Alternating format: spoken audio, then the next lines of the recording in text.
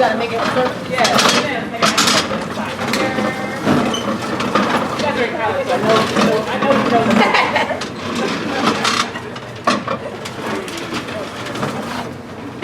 So tender. I got like that, like majors, so that's like a oblong. So slide over there.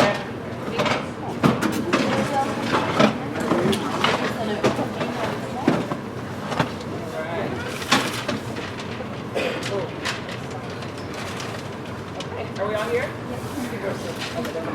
Make space for my space over here. Is that a spot open? Yes. So there's some open spot over here. We don't have a chair.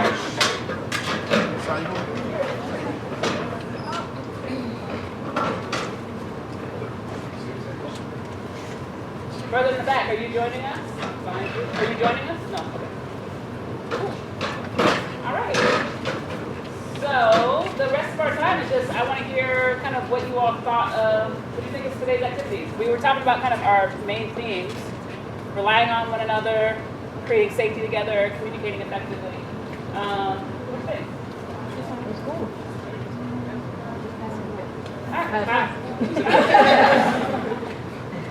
Yeah. Talk a little bit louder. The first thing that I thought that, like, I would say that I don't know how to, like, have I get off of my house, like, Yeah. and it's a culture thing. So it's Yeah. like, growing up, looking at people in the eye, that always say that's a sign of disrespect. So coming here, it was like something. Who heard a similar message growing up? I heard opposite. Who heard, okay, and who heard an opposite message growing up? Yeah. That's interesting, right? It's like either one is inherently right or wrong, but That's culture. Yeah, and I would say that when you're thinking about communication as a leadership skill, right? Like people are coming from different places, different backgrounds, different cultural contexts. So it's really important to really kind of understand who you're engaging, and you know where folks are coming from to be able to make sure that you're able to be effectively communicating with folks. yeah, I have an example. So I grew up outside of LA in the 90s, and there was like historic or like legendary like beef between black people and brown people and black people and Koreans in particular, because Koreans ran the stores in black neighborhoods. And it was a particular sign of disrespect. Black people took a lot of offense to the fact that the Korean shop owners would put the money on the counter and not in the hands, right? And that was a sign that it was a sign of respect for the Korean shop owners to put the money on the counter. It was a sign of disrespect for the black person to not have the money put in their hands, put the money in the counter, right? And so again, right, communication, cultural differences, and it led to a lot of inter-community strife. So it's just not something to keep in mind. So eye contact was something that was interesting and difficult for you in this game. What are some of the other things that came up for other people? Well, the first thing that we did on the paper we did the physical, but some of them were like eye openers, because some of them I was very ignorant to, I was unaware of, and seeing them on the paper, I was like, really? That's stupid, but you know, it's happening around us. All the games that we played, they taught us to be to work together. If you're not working together, some of the things you do in life you'll never get through them because you're not an island. Nobody's an island, you know. So you need somebody beside you to get things done. And being a team actually makes you feel more comfortable. Raise your hand if when you walked into this space today, you knew someone, like someone was a friend. So at least one of the persons was a friend here in the room. Did you know at least one other person when you came to this session today? Did anybody come in and not know anybody? I didn't know you when I came home. He came the next day. But the first day when I came, I didn't know anybody. Okay. But then it's like I've been knowing her for months now. And I just read it. Okay, so maybe not today, but yesterday was the first day? Right. Okay, so who didn't know anyone when you walked in yesterday? Do you feel like, you push people now, you sweated with them, you like switch positions, you feel like a little bit more connection? What else? What are thoughts, reflections? Yeah.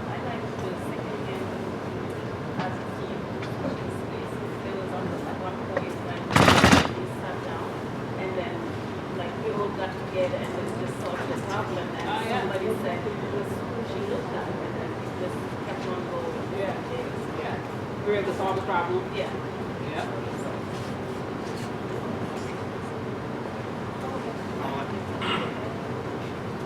I like the fact that you give us an opportunity to interact with each other.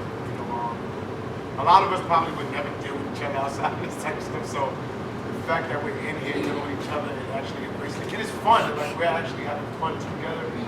I'm thankful for that because I never really had the opportunity to say that. I found someone else who knew about Robert Moses. I work big one. Yeah. So what the games we played and things we practiced, what did they have to do with the political and cultural kind of things that we wrote up in the very beginning?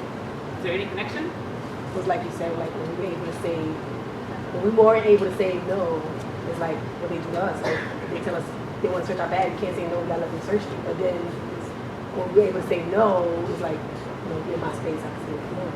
So it feels more better when you have a choice to say yes or no than when you just have to say yes.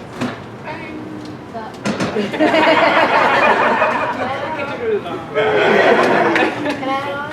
So like to add on to that, it's just like the whole entire thing with like consent.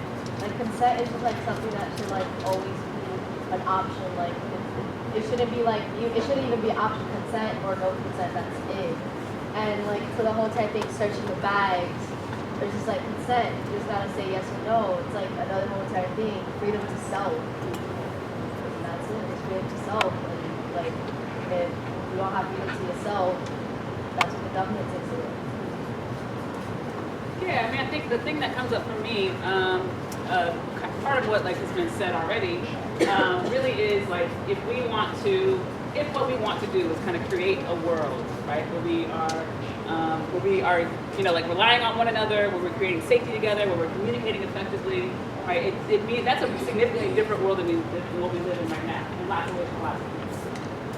And I would also say that we can't get to that world operating in the way that the decisions are made right now, operating without consent in lots of cases, like operating just like the people, whoever's strong can get the money or the land or whatever, right? And we actually have to operate differently with ourselves and with one another. And so this space, what I'm hoping that we did is for 2.5 hours, create some space where we can be different, we can think differently, we can practice being different.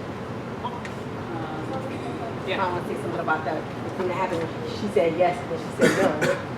And that kind of big thing with the Me Too and women's rights, because women do say yes, when they say no, I changed my mind, but then the man feel like it's his right. Well, she said yes first, so she'll know what she's talking about, and then they take advantage. So I feel like no still is no. Yeah. I say yes, so I changed my mind. Exactly. No is always no. It always cancels out any previous yeses. You take anything away from this today, and no at any point takes away previous. All right. Anybody else have anything to add? Like none?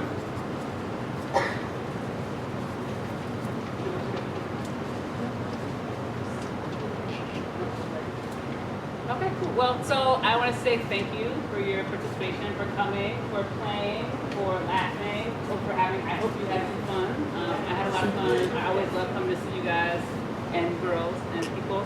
And Julie, will you close in? No, just your assistant for the day. Just to continue to think about some of these things, because I think it's really great what you all are doing together as a leadership community, because I think, as Mel said, for us to really be able to get any kind of real justice in this world and shift away from this current trend, right, of like, folks with more power marginalizing others, right? Like these are the kind of conversations that you need to interrogate as leaders here, right? We need a different form of leadership in this world, and it seems like this is a really great space to begin for you all to get to explore what that looks like. So, best of luck for the semester, and I hope you all are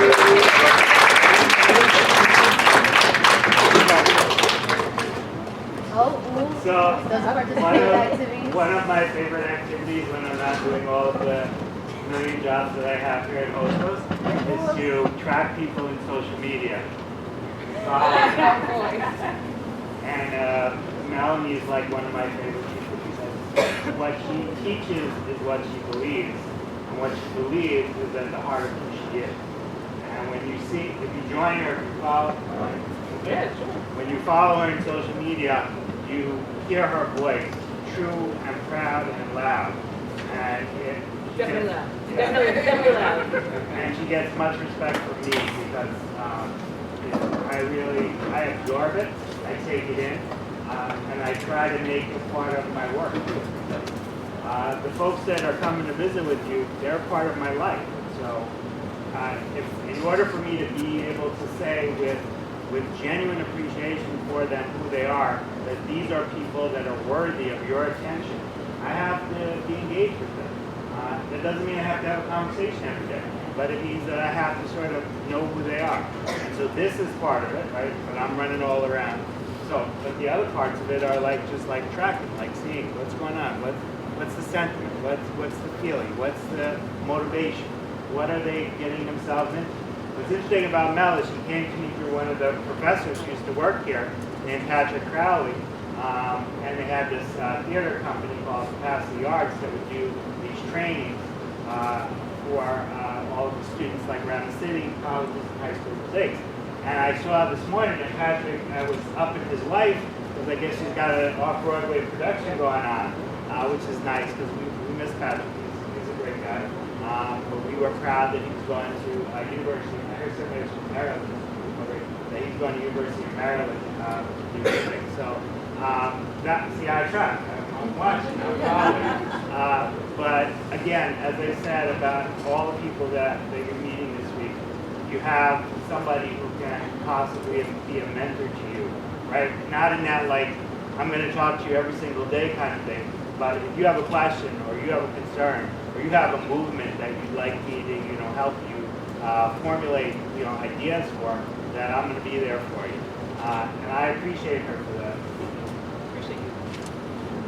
And we'll give her a big round of applause.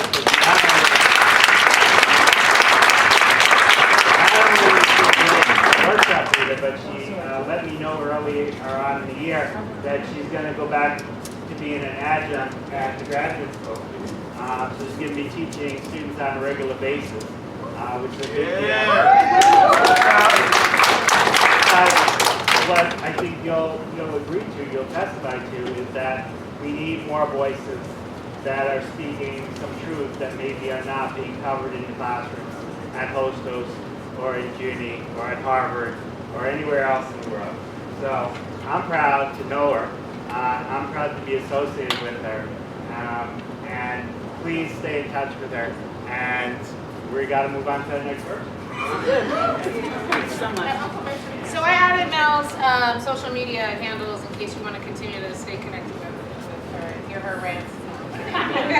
Pictures of our dogs. All right. Thanks a lot, y'all. Thank you. Where do you want to be? You want to be up there? Okay, yeah. You want to be up there? We need to know. You guys want to stay in the circle? You guys want to go to different seats? What is that, 16 at the goal? So we'll stay in the circle for Dorothy. Both you guys. Selfie game. My selfie game. My selfie game. Okay, it's over. It's on the table. You don't like your eyebrows showing? Your eyebrows are happy. All right, so if you're joining us for Dorothy, please come into the circle. Don't be hiding over there in the corner. And I guess I will do the introduction for Dorothy. I didn't wear my jacket. Yeah. You got it? Oh, Angelica's going to do the introduction for Dorothy.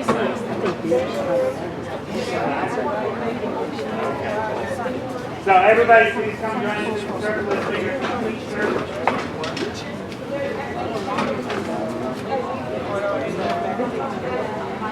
Okay, wait one second.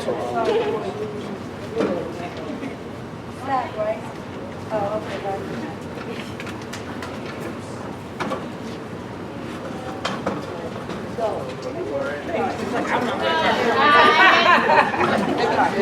Please have you sit down already because I'm gonna introduce the next speaker. Thank you. If you join us for the next workshop, please sit down. They don't need you, just do it. Okay. Just Okay, so our next speaker is Dorothy Stack. stop, stat. Stop that. Stop that. Stop that. That's it, man. Stop that. Don't stop that. So she has been coming to Hostos for the last 8 years. She has stated that Hostos is her favorite place in town this week. She's a former ABC News reporter. Editor. She's Correspondent. Documentarian. She's a certified executive and career coach. She was a professor at Graduate School of Journalism at Columbia University. Okay. And I'm class for Dorothy. Thank you. Thank you. So, thank you for hanging in here. Where's Jason? I need to yell at him for putting me at the last spot. People are exhausted. I don't care. Last spot. I don't care. It's gotta He happen. doesn't care. Listen, He doesn't you care. are, if whatever you learned before, Dorothy's gonna erase it from your memory because she's so intense. I am intense. I really am intense. And yes, Hostos is truly one of my favorite places to come. I've been going to the Leadership Academy for 8 years. So, what did you all learn in the last workshop about communications? It's irreversible. It's irreversible? Okay. Effective? What else? How come you all got those handouts already? Okay. I digress. So you learned about communications?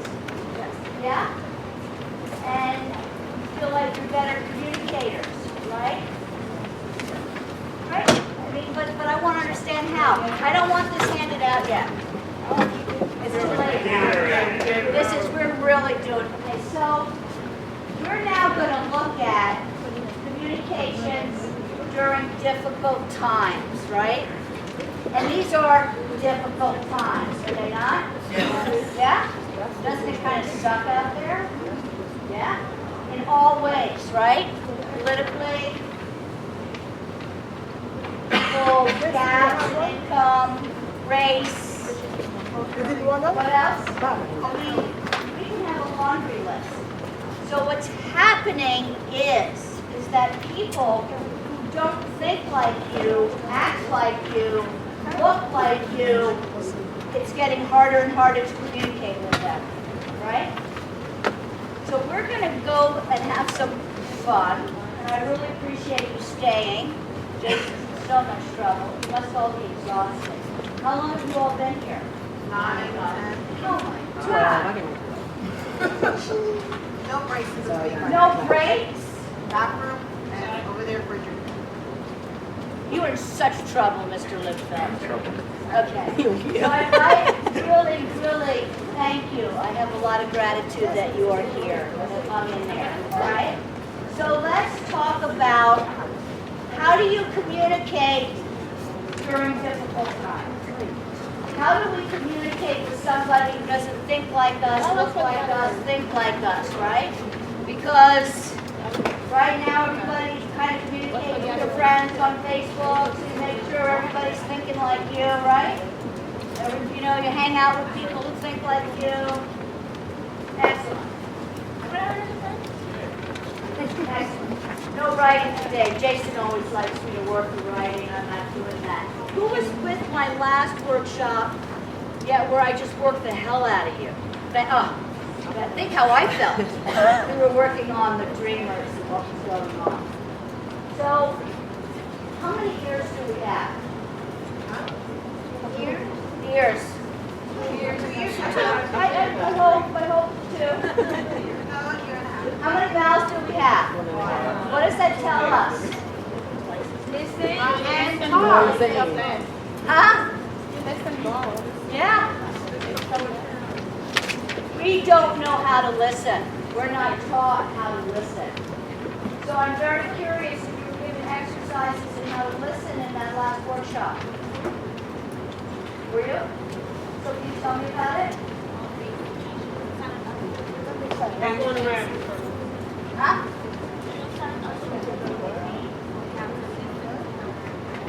Okay,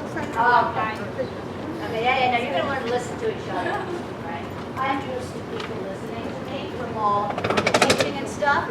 So let's talk about, there are 4 levels of listening. And the first level is ignoring.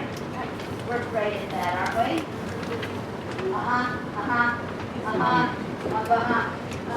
Right? We do it all the time, and especially in this culture, we do it more and more. And I rue the days when I would take my kids up from school and I'd be like, because they're talking, So we're good at that. And then the second type of listening is selective listening. It all comes through us, right? Everything that the other person is saying is about me, right? Not about me, what do you think about me? It's all about me and me, right? So I'm interested in getting you all thinking differently about leadership. And to be a great leader, you have to understand the other person. Understand them. It's the only way you're going to do it. So we're going to start with personal power. And I'd like you to turn to your neighbor, and the one with the longest hair gets to go first. And I'd like you to talk about somebody you know, and I don't want Obama. I certainly don't want the other guy. About people you know in your everyday life who has personal power. Shall we do it? Let's do it. Everybody got a partner? Yeah? Oh,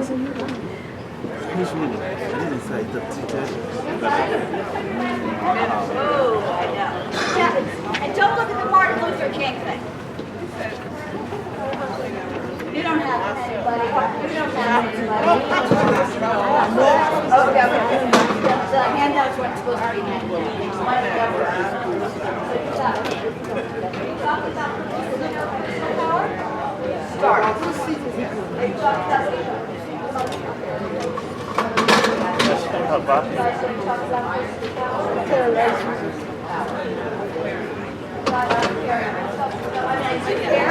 But talk to her. Personal power. Personal power. What's going on here? Personal power.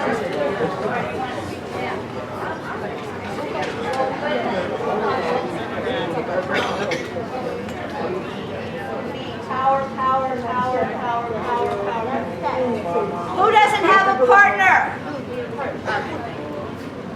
I drop everything. Who doesn't have a partner? Okay, great. Will you partner with her? You're so mean. That's all right.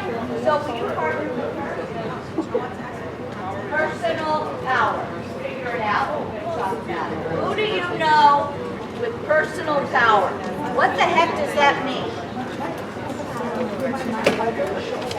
What does that mean?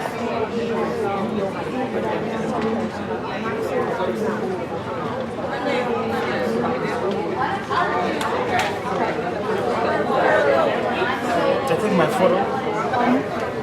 I'm leaving.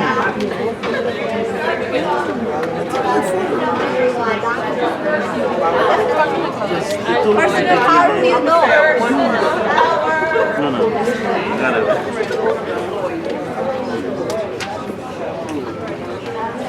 So let's just take a couple more minutes. Let's talk about what you guys are talking about. Everybody talking?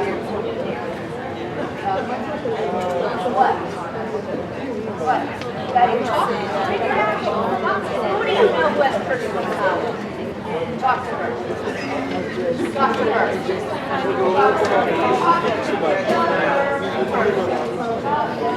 Personal power.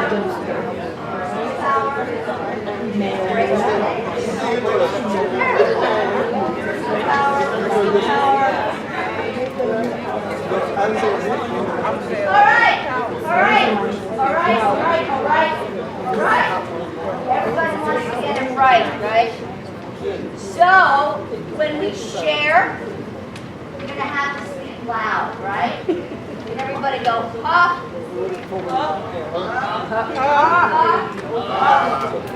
All right, I'll take it. Yeah, no breaks. So I would like, no breaks. I would like you to share what you came up with with somebody you know who has personal power. Now you guys are talking, but now you're supposed to be listening. Before you weren't. So let me hear it from anybody. There's no right or wrong answer, by the way. I'm trying to get you to, okay, on your own. Personal power. Yeah. I would say my Oprah Winfrey. Huh? Oprah Winfrey. Well, yeah, now that everybody wants to be president. No, I just Yeah. I just said Good. I said personal power. Personal And power. Persuasive. Persuasive. Listen to her, right? Yeah, good. Did you see her Golden Globe speech? It went viral. It's excellent, right? Saint Oprah, I call her. But now I love it, everybody, she's gotta be president, she's gonna be president, all right. Yes. Who? You yourself. Well, it's kind of good to get it off us, right? I'm looking, yeah, for somebody else, because this is the me culture, right? Just is. And I bet you do have personal power. But I'd like you to think about somebody who's not you, and maybe who's not Barack Obama, maybe who's not Oprah Winfrey, right? Who in your life do you know who has personal power? Yes, yes, and then yes. Yeah, loud. I have my cousin. She is doing nursing in master, and I look for her inspiration. Inspiration? Yeah, and she's doing it, and that is like in our family. It's more educational. So she works hard, so she models, right? Is that what you're saying? She doesn't say, do as I say. She's modeling the behavior, right? Because it comes from deep from within, right? Perfect. And so is Oprah. And who is Oprah? Yes. I feel like the professors, Really loud. You gotta do so loud. your professors and the supervisors at work, they have personal power. They tell, like, even if they, sometimes you can go to your job and you know what you gotta do without them even telling you. Huh. And even if it's something new, you already know because they want you to do it. Same thing with the professors. You get a syllabus, you know exactly what you gotta do, and they have a way to get you to do it without even, you know, making. Getting an F is kind of gets you to do stuff. But yes, but not all managers, not all professors. Can I be naughty and say that, right? Some professors are the pits. Some managers are the worst, right? It's the managers who get your buy-in to do stuff. It's the professors who get you to work harder. That is personal power. That's great. Loud. I would have to say my dad, because where I'm from, my dad is at a politician, so he has personal power. Huh. Okay. Not all politicians have personal power. They think they do, but not all of them do. So what does your dad have? Well, my dad is a lawyer. Not only is he a lawyer, he's a politician, and he's one of the representatives of Nigeria. That's where I'm from. So he personally speaks, and he has a strong voice. There's a strong voice. People listen. Yeah. He was on the world news. I didn't know that you know that. Excellent. I don't need to. I believe you.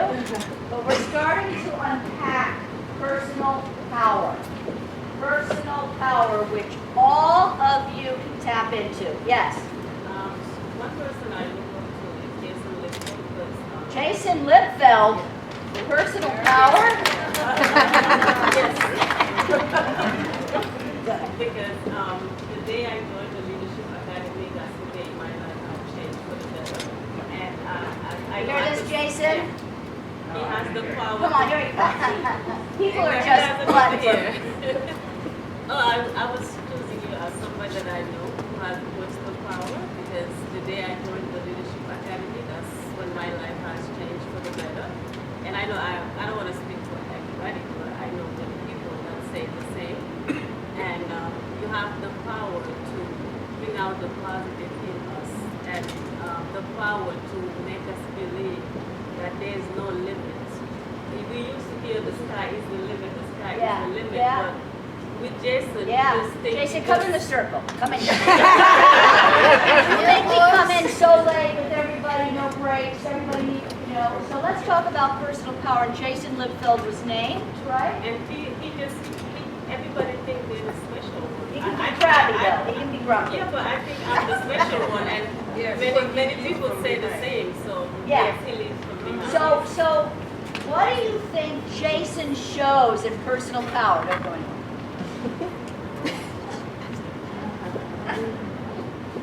What do you think? Repeat the question. Has anybody? What does Jason show, and how does he act to show personal power? Yeah. Humility. Huh? He's humble. Yes. Humble. Humble. Positive. I'm going to call on this person. Don't take over my workshop. Yeah. Positive thinking. Positive thinking. Persuasive. Yeah. Supportive. Supportive. And Yeah. amicable. What? Amicable. Amicable. Yes. Yeah. Yes. Resiliency. Okay, you guys are just hitting this. Jason, you're not going anywhere. You guys are hitting, you're great. And so part of the reason I've come here for 8 years is because of this guy, right? Even though I can say he's grumpy. But I think so highly of him as I do work in a lot of CUNYs, and I've been working with the student life team, City Tech, and they're going to be calling you. I want them to shadow you for your program. All right. So, buoyancy. Where are you going? What does that mean? What does buoyancy mean? Resiliency. What does that mean? Like a strong spirit, right? Flexible. Right, so when things really suck and you fall off the horse, what do? Get back on the horse, right? And leaders and people with personal power do that all the time. I've known Jason when he's been completely overwhelmed, when Hostos has asked him to run everything, right? And he does. He does, right? How long have you been having these winter workshops? 10 years. Our 10th year. This is huge, right? You don't even give them breaks. But resiliency and buoyancy, that's great. Somebody said, who brings out the best in you. Tell me more about that. Bouncy castle. What? It's If you're going to talk, you got to talk loud. Okay, it's an inside joke between Jason and I, and it's just like he brings out the best in you. You just want to like tell like Jason a whole bunch of like happy stuff in your life, and when you're like saying when you're down, you tell Jason stuff that makes you down about life, and he picks you up, and although sometimes he can break you down, he brings you down for a He week. brings out the back best up. in you. Beautiful. Tell me more. Yes. By giving back to the community. By giving back to the community, bringing out the best, but I'm thinking when you're like with him, right? What does that mean, bringing out the best? Where are you going? Bringing up the best. Yes, madam. Well, my definition of Jason bringing out the best of me personally is when he tells us stories like of other people. Like his favorite thing is like, once you have me, you're stuck with me for life. And then he tells you like stories of all these successful individuals who started from where we are. So it just motivates me to be like, okay, I can do that. I can be that. You know, I can be all that I can be. Like, and that's just bringing out the best in me. Like pushing you to be great. That's giving me goosebumps because it's so right. You can't get rid of the guy. Can't get rid of him. If he believes in you, you're going to try shaking him off, and there he is. Dorothy, please come. Yes, you were going to say something. That he's like the Tom Brady of APs, you know what I mean? Like, you know, when you have a great quarterback, you're confident in him, you're running the play. Jason gave us all opportunities, so that's pretty much it. Like, you know, that's what I feel like the whole belief, the whole everything comes down to. It's just, we have an opportunity here to accomplish our dreams and our goals. So, Wow, that's thank you, right. Jason. Word. Tom Brady, I don't know about that. This is all called emotional intelligence. What do I mean by that? Emotional intelligence. Where are you going? What's emotional intelligence? thinking in order to get to where you want. It's actually using the essence of your being as your guiding force. Not allowing your head or your heart to determine everything, but to really sort of package it, to really sort of use everything at your disposal to actually make the decisions that you have to make, so that you're focusing your attention and doing things for the right reason. I mean, that's my opinion. Yeah, that's kind of close, that's kind of it. All right. That's kind of it, So kind of it. no, wait, I'm going to take over the work set for a minute. So the reason why Dorothy and I know each other is because we both went to Columbia University. So when I first got here, I put up a post in the Columbia website. Loves the story. She used to tell it every day. So I put up a post on the Columbia website and said I was looking for people to speak, and Dorothy was the only person who actually reached out to me. Some of my other classmates have come. And said I'd come in on Wednesday. She did. She came in on Wednesday, sat me down on the couch and told me exactly what I needed to know and how I needed to do it, even though I was running the program. It was kind of a change very nice.